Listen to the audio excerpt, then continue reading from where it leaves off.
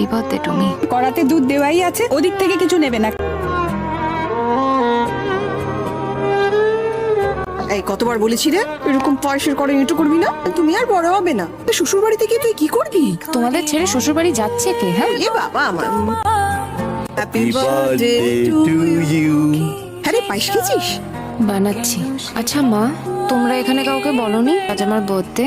বলা হয়েছিল তো। শোন না, বিয়ে বাড়ির হাজারটা কাজ তো মিস করে গেছে নিশ্চয়ই। আমি বরঞ্চ অনিন্দকে ফোন করে একবার না না, কাউকে কিছু বলতে হবে না। সকাল থেকে তাহলে পায়েস ছুটলো না।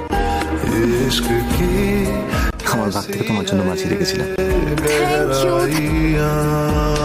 তোমার মনে ছিল? তুমি জানতে পারোনি কত গল্প পড়ে যায়, তুমি চিনতে পারোনি পায়েসটা দাও। এই নাও তোমার জন্মদিনের পায়েস। করে খুব বড় এটা। তুমি কি ভেবেছিলে তোমার জন্মদিন ভুলে গেছি? কি যে চায়